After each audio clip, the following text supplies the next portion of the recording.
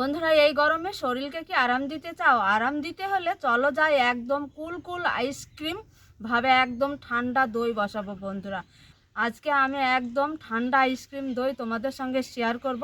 আশা করছি খুব চলো তাহলে রেসিপি শুরু করে দিই। চুলার আঁচ আছে, গরম হয়ে আছে। আর এইখানে বাটি মাপ করে এক বাটি চিনি নিয়েছি। এই চিনিটা দিয়ে একটু ক্যারামেল তৈরি করে নিব। বন্ধুরা, কালারটা চলে এসেছে। এবার আমি খুন্তি দিয়ে একটু মিশিয়ে নিব খুব ভালোভাবে। ক্যারামেলটা দেখো, কালারটা দেখো। আর পারফেক্টভাবে এইভাবে তৈরি করে নিতে হবে। ক্যারামেলটা ঠিকঠাক তৈরি হয়েছে। আর এইখানে আমি 1.5 লিটার গরুর দুধ নিয়েছি। আজকে এই গরুর দুধ দিয়েই তৈরি করে দেখাবো তোমাদেরকে দইটা। বন্ধুরা, এবার আমি সম্পূর্ণ দুধটা দিয়ে দিব। এইবার আমি চুলার আঁচটা জোরে জোরে দিব আর খুব ভালোভাবে ফুটিয়ে নিব। এই দুধটা বিশেষ করে দই বসানোর টাইমে এই দুধটা যেমন আমি কড়াই দিয়ে দিয়েছি, এখনও বেশি গরম হয়নি, নর্মাল গরম আছে। এইবার এই দুধ আমি কিছুটা একটা পাত্রতে তুলে নিব। একটু ঘুলে নিতে হবে। বন্ধুরা, গুঁড়ো দুধ দিয়ে দিয়েছি 1 হাতা দুধে। এবার কড়ার গরম দুধে দিয়ে দিব। এবার আমি খুব সুন্দর করে বলক তুলে তুলে দুধটাকে একটু গাঢ় করে নিব। দই বসাতে একটু দই লাগে বন্ধুরা। আজকে আমি এই দইটা দিয়েই খুব সুন্দর দই বসাবো। তো এই ছাকনার মধ্যে এই দইটা দিয়ে দিব। বন্ধুরা, এই জলটা যাতে ছাকনা দিয়ে নেমে যায় তলায়। এই জলটা যতক্ষণ থাকবে ততক্ষণ এইভাবে ছাকনাটা পাত্রতেই বসে রাখবো। জল নামবে, তারপরে এই দইটা নিয়ে নেব।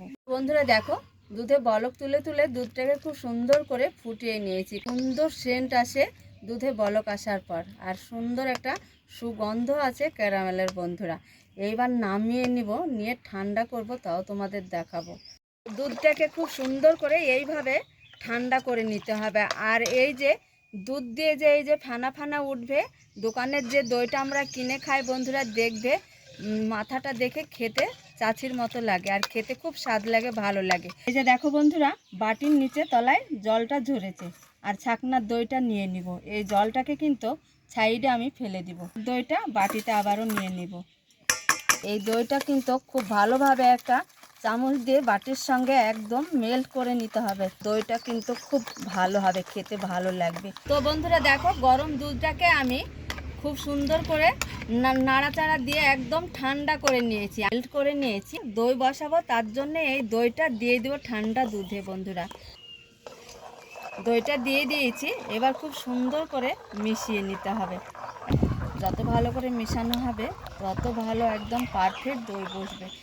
এইবার চলো আমি বাটিতে ঢেলে নেব। সুন্দর করে ধুয়ে পরিষ্কার করে শুকনো করে নিয়েছি, নিয়ে একটা থালায় নিয়ে নিয়েছি। এইবার বাটিতে এক এক করে দুধটা দিয়ে দিব। বিসমিল্লাহ।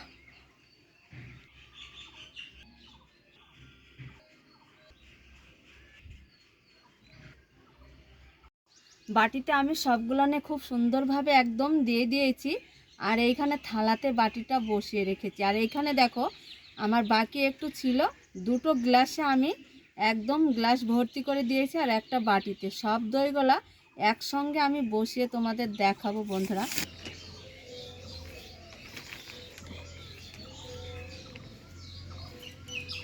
গ্লাসটার মাঝে দিয়ে দিয়েছি। আর এইখানে একটা পেপার নিয়েছি। আমি 10 মিনিটের জন্য নর্মাল গরমে একটু রেখে দিব। এই পেপার দিয়ে একটু ঢেকে দিব থালাটা।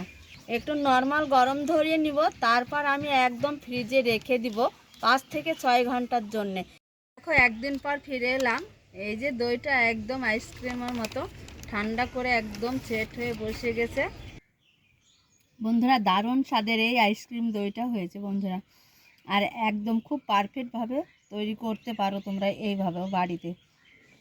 এত সিম্পল আর এত সহজ দই বানানো বন্ধুরা। যে দই কিভাবে বসায় তাদের দইটা সেট হয়, আর আমাদের কেন জল জল হয়ে থাকে, দই সেট হয় না। বন্ধুরা, ভাবনার কোনো বিষয় নাই। যেভাবে আমি দইটা বসিয়েছি এইভাবেই তোমরা রেসিপি ফলো করে দই বসিয়ে বাড়িতে এই গরমের দিনে আরাম করে খেতে পারো। আর আমি তোমাদের আবারও দেখাই। এই যে দেখো, এইভাবে এই যে দেখো, আমি এই যে কাট করেছি, দেখো এইভাবে উপুর করেছি, তাও দেখো খুব সুন্দরভাবে সেট হয়েছে, একটুও পড়বে না। আর এত সুন্দর লাগে এই আইসক্রিম দইটা খেতে। খুব যে দেখো, এই যে দেখো, তোমরা শুধু লক্ষ্য করো বাটিটার দিকে, বাটিতে একটুও জল ছাড়বে না। আর এই দইটা কিন্তু একদম পারফেক্টভাবে বসেছে। এই যে দেখো, শুধু বাটিটা লক্ষ্য করবে যে কতটা সুন্দরভাবে সেট হয়েছে, আর দারুণ স্বাদ ছিল খেতে কিন্তু।